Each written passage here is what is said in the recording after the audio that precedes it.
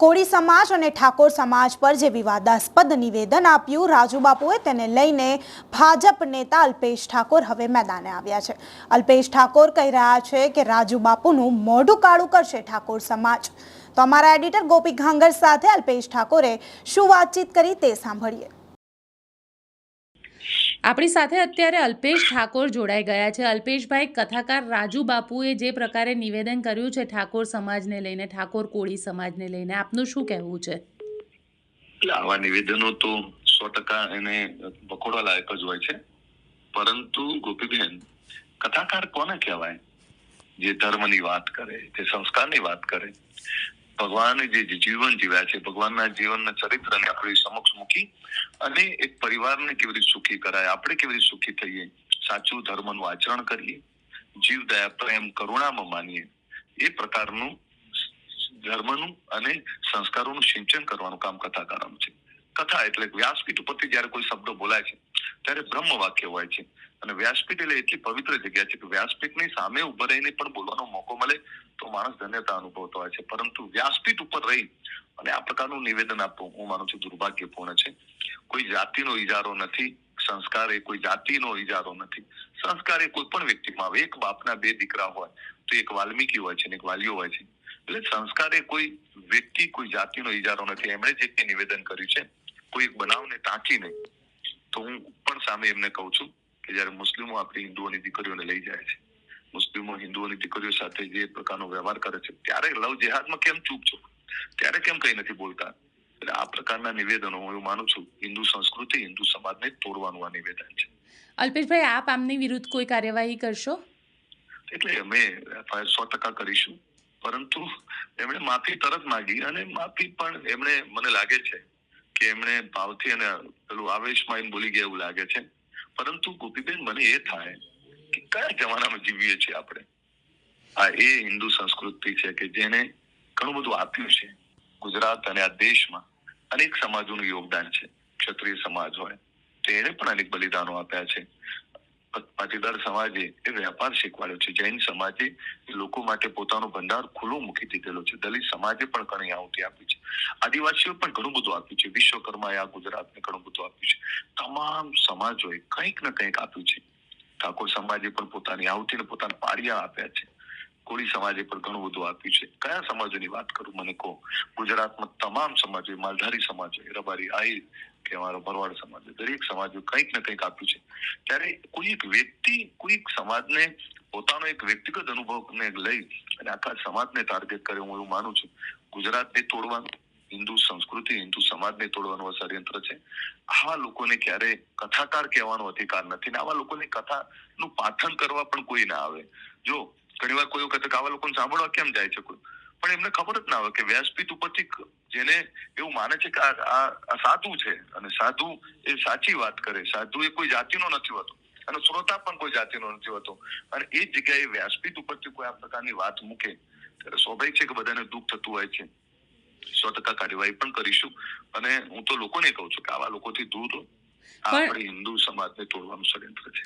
તમે કહી રહ્યા છો હિન્દુ સમાજને તોડવાનું ષડયંત્ર છે, પણ તમને એવું નથી લાગતું કે ક્યાંક એક સસ્તી પબ્લિસિટી માટે થઈને આ પ્રકારના નિવેદનો આપવામાં આવે છે, અને આ નિવેદનોની રાજનીતિ તો છેલ્લા લોકસભાની ચૂંટણીમાં ઘણી બધી જોવા મળી? એટલે હું હજી કહું, હું જ મહાન છું અને હું જ જે કંઈ કરું છું એ જ બધું સાચું। જો પૂર્ણ પુરુષોત્તમ કોઈ નથી, તમે હું બધા, આપણા બધામાં, કારણ કે આપણે માનવી છીએ, આપણામાં કંઈક ને કંઈક ખામીઓ પડી જ છે, પણ પોતાની હોશિયારી બતાવી, પોતે કંઈક વિદ્વાન છે, પોતે કંઈક જાણે છે, અને જાણવાથી બીજા સમાજોને નીચું બતાવવું, બીજા વ્યક્તિને નીચું બતાવવાથી ક્યારે કોઈ મહાન નથી બનતું। આ જે કઈ નિવેદનો થયા હમણાં એ લોકસભાની ચૂંટણી હોય કે આ પ્રકારના નિવેદનો કે પહેલા પણ જે કઈ નિવેદન થાય, હું માનું છું સસ્તી પ્રસિદ્ધિ, સસ્તી લોકચાહના તો કેવી રીતે મળે, પણ સસ્તી પ્રસિદ્ધિ માટે કોન્ટ્રોવર્સી કરી અને લોકો સમક્ષ પોતાની વાતને મૂકવી, આ એક સસ્તી પ્રસિદ્ધિ માટેના નિવેદનો છે ને। હું એવું માનું છું લોકો આવા લોકોને ક્યારે સહન પણ નથી કરતા, લોકો આવા લોકોને ક્યારે સમર્થન પણ નથી આપતા, લોકો આવા લોકોને ગમાડતા પણ નથી। તમે જોજો આમના ધીરે ધીરે આમની કથા વાંચન બંધ થઈ જશે, અને પરિવારમાં પણ હું તો એવું માનું છું એમનો દીકરો પણ, એમની દીકરી પણ સવાલ કરશે કે તમે આ શું બોલીને આવ્યા, એમની પત્ની પણ પૂછશે કે તમે શું બોલીને આવ્યા। અમે તેવું માનીએ છીએ કે વ્યાસપીઠ ઉપરથી જયારે તમે કંઈ બોલો છો ત્યારે અમૃત વાણી નીકળે છે, ત્યારે ધર્મની વાત નીકળે છે, તેમાં પ્રેમ, જીવદયા, લોકો માટેની કરુણા નીકળે છે. લોકોમાં કોઈ ગોપીબેન કોઈ જાતિનો ઇજારો કોઈ થોડો રહ્યો છે. અને વ્યાસપીઠ ઉપરથી કંઈ બોલાતું હોય ને એમાં આ પ્રકારની નિવેદન થાય. હું તો કોઈ પણ નિવેદન, જે કોઈ નિવેદનો છે એ હમણાં ક્ષત્રિય સમાજના નિવેદન થાય ત્યારે પણ કહ્યું હતું કે આ વખોડવા લાયક છે. કોઈ પણ સમાજ માટેના કોઈ પણ નિવેદન હોય, હું હજુ કહું છું, ગુજરાતની 18 આલમ તમામ સમાજોના ગુજરાત ઉપર ઋણ છે. અને એ ઋણમાં ત્યારે તમે આ પ્રકારની વાત કરો, હું માનું છું દુર્ભાગ્યપૂર્ણ છે, વખોડવા લાયક છે. આને લઈને સમાજમાં, ઠાકોર સમાજમાં રોષ ખરો? એ રોષ તો આવે જ ને, તમે સમજો, કેમ ના આવે? ક્ષત્રિય ઠાકોર સમાજ એ ભોળો સમાજ છે. એને કોનું લઈ લીધું, કોનું અહિત કર્યું? અને કોળી સમાજ એને પણ કોનું લઈ લીધું? મજદૂરી ઉપર નપતો હોય કે જમીન જાગીરો વાળો હોય, દરેક સમાજ. અને હું તો એક સમાજની કેમ વાત કરું, હું દરેક સમાજની વાત કરું છું. કયો સમાજ આવા પ્રકારના નિવેદનો સહન કરી લે? અને દરેક સમાજને દુઃખ તો થાય જ ને, આક્રોશ પણ આવે. પણ હજુ તમને કહું, આ ગુજરાતે જે મોરારી બાપુ આપ્યા છે, આ ગુજરાતે અનેક કથાકારો આપ્યા છે, આ ગુજરાતે જિગ્નેશ દાદા જેવા અનેક કથાકારો આપ્યા છે. એટલે દરેક ગુજરાતે અનેક કથાકારો, અનેક સંતો, મહંતો આપ્યા છે. આવા પ્રકારનું કોઈ એક વ્યક્તિ નિવેદન કરેલા આખો સમુદાય આવો છે એવું ના માની લેવાય. એમણે જે કોઈ વાત કરી, પોતાનો એક વ્યક્તિગત અનુભવથી આખા સમુદાયને જે ટાર્ગેટ કર્યો, આ દુર્ભાગ્યપૂર્ણ છે, આ દુઃખદ બનાવ છે. એમણે માફી માંગી છે, પણ એમણે છડેચોક માફી માંગવી જોઈએ. અને એવું કેવું છે કે અમારો વ્યક્તિગત વાત છે, હું આખા સમાજને આ સાથે ના જોડી શકું.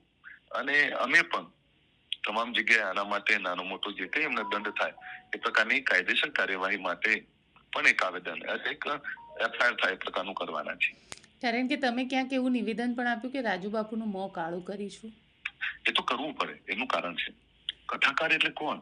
જયારે વ્યાસપીઠ ઉપર બેસે ને ત્યારે એવું કહે છે કે સ્વયં ભગવાન મહાદેવ, મહાકાલ કે રામચંદ્ર ભગવાન કે કૃષ્ણ ઠાકર, કાળિયો ઠાકર આવીને એના મુખેથી બોલે છે. એ જે કઈ બોલે છે ત્યારે એવું માનીએ છીએ કે આપણે આ જે કઈ ભગવાનનું જે જીવન ચરિત્ર આપણી સમક્ષ મૂકે છે એમાંથી આપણે કઈ શીખીએ છીએ ને, એવી જગ્યાએ આ પ્રકારની વાત, એટલે 100% કાળું ટીલું તો કરવું જ પડે.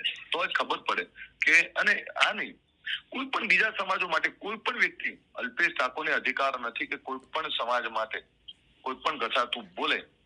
એ મને પણ અધિકાર નથી. ને કોઈ મોટા મહાન વ્યક્તિઓ પોતાને માનતા હોય તો એ મહાન ત્યારે છે કે એના માટે તમામ પ્રકારનો સંભાવ હોય. વ્યાસપીઠ ઉપર બેસે ત્યારે અમે શ્રોતા જોવે છે ને, એટલે એમાં એવું નથી જોતા કે કઈ જ્ઞાતિનો છે. એ શ્રોતામાં એવું માને છે કે આ બધાને મારે ધર્મનું સાચું જ્ઞાન આપવાનું છે. આ પ્રકારની વાત કરે તો હું માનું છું કે બીજા લોકોને પણ આનો સબક શીખવા મળે. હું તો કથાકારોને કહું છું કે આવા કથાકારોથી દૂર રહીએ, શ્રોતાઓને કહું છું કે આવા લોકોથી દૂર રહીએ. અને એકવાર કાળું ટીલું થાય ને તો એમને ખબર પડે કે આવું ના બોલાય. એમને ખબર પડે, બીજાને પણ ખબર પડે. એટલે બોધપાઠ આપવો પડે, બોધપાઠ આપવું પડે ને કાળું ટીલું પણ કરવું પડે. એ અમારા છોકરાઓ કરશે, ચિંતા ના કરો. બિલકુલ અલ્પેશભાઈ, અમારી જોડે વાત કરવા માટે આપનો ખૂબ ખૂબ આભાર. તો અહેવાલ વિશે તમારું શું કહેવું છે તમને કમેન્ટ બોક્સમાં ચોક્કસથી જણાવશો, તથા અમારી ચેનલ નિર્ભય ન્યૂઝને લાઇક, શેર અને સબસ્ક્રાઇબ કરવાનું ભૂલશો નહીં. આભાર.